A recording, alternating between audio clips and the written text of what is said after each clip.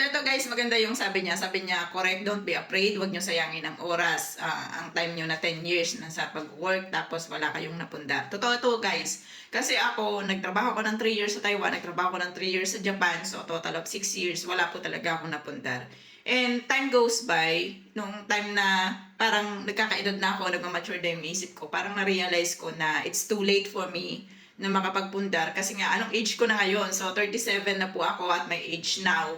And gayon pa lang ako nag-i-start. So, kung halimbawa mga bata pa kayo, nasa 20s pa lang kayo, kung napapanood nyo itong mga vlogs na to, alam kong medyo mahirap pero simulan nyo po habang bata kayo. Kasi, imagine niyo pag nasimulan nyo ng bata kayo, kung gaano karami yung pwede nyo pang ma-outcome. So, trial and error talaga kapag papasok ka sa ganitong rental. So, ang ano ko kasi is rental. Sa mga hindi nanonood ng vlogs ko, rental. And etong ano na to, reply na to po is pagsasabi ko na mahirap talaga na wala kang mapundar na nagtatrabaho ka. Which is true. Kasi, imagine niyo guys, no? Kapag nagtatrabaho tayo ng trabaho, generate tayo ng generate na income. Tapos, at the end of the day, pag sahuran na, wala na yung sahod natin. Di ba?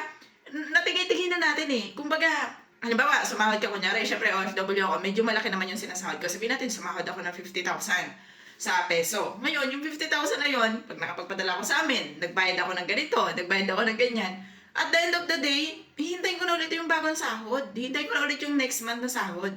Which is, nangyayari din po yan sa aming mga OFW. Akala nyo dyan lang sa atin sa Pilipinas nangyayari?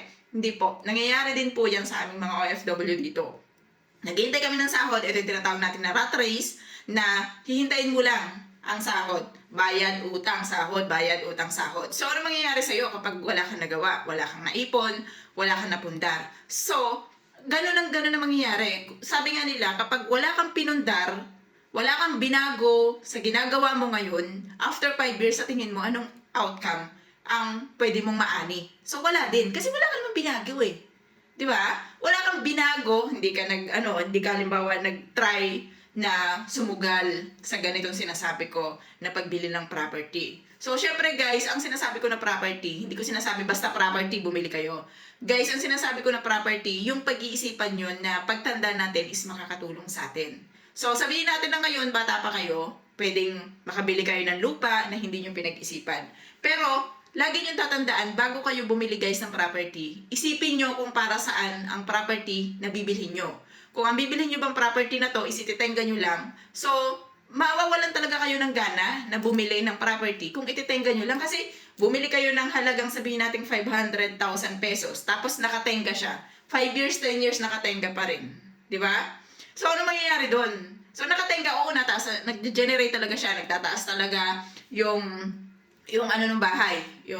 Kumbaga yung amount ng bahay. Kung nabili mo siya ng 500,000, after 10 years, baka 1 million na. Kapag binili. Pero kung ibebenta mo lang yun. Pero, ang akin kasi is, yung tipong pagtanda ko, yung kahit hindi ako magtrabaho, etong binili ko na to, siya yung magtatrabaho para sa akin.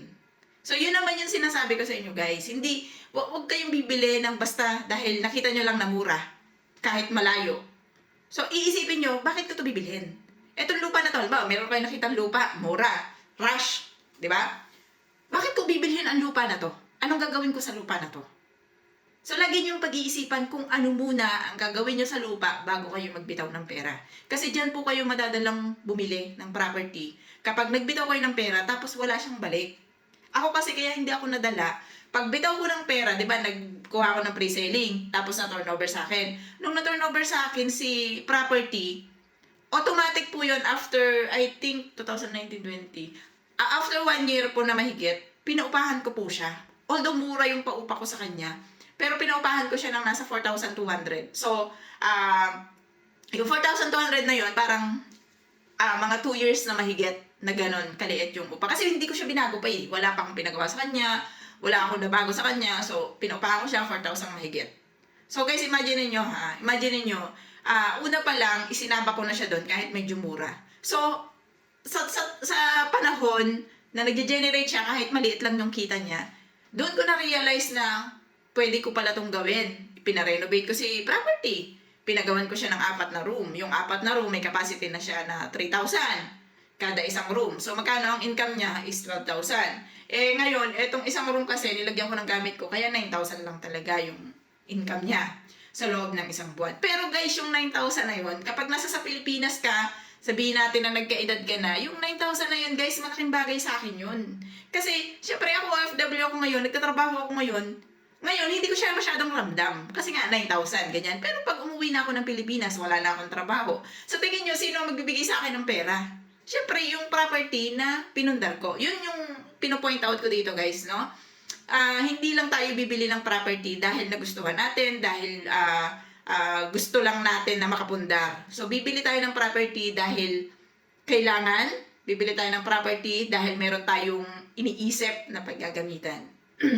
Huwag kayong basta-basta magbigay or bumili ng property nang hindi nyo naiisip kung para saan ang property. Promise, guys, madadala kayo na bumili. May mga na-encounter na ako na ganyan, bumili ng lupa sa isang lugar and then hindi siya nag-generate ng income, pinagsisisihan kasi nga ang laki ng kanilang puhunan tapos hindi naman nagbabalik ng pera. So, ang pagre-rental property kasi, guys, is hindi lang to basta rental property na magbibigay sa'yo ng pera.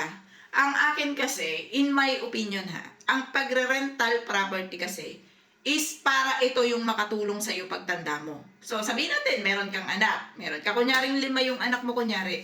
Yung 5 anak mo, hindi ba ito mag-aasawa? Lagi ba itong magbibigay sa'yo? Iba pa rin kapag meron kang sarili mong pera. As OFW ako, talagang ina-advocate ko yung mga kapwa ko or kung sino man yung makapanood ng mga videos ko, ina-advocate ko po. Kasi ako, nagsisimula pa lang ako. So, gusto ko, yung nasimulan ko, masisimulan nyo rin, and then, sabay-sabay tayong tumaas. 'Di ba? So, ano namang mapapala ko sa inyo? Wala akong mapapala. Wala po akong mapapala sa ko sa inyo, sa pag-advocate ko ng ganyan. Natutuwa lang ako kapag nakakabasa ko ng mga comments, nasasabihin na, na ganito, ganyan, na motivate sila, pwede pala nilang gawin yon. So, yun yung mga parang bayad yun na sa akin. Natutuwa po talaga ako. So, yun lang. So, yun lang guys, no? Pag-isipan nyo bago kayo bumili ng property. Hindi pag nakakita kayo ng property is go lang kayo. So, pag-isipan nyo muna. At sigurado, kapag nag-generate siya ng income sa inyo, sigurado po ako, hindi kayo madadala.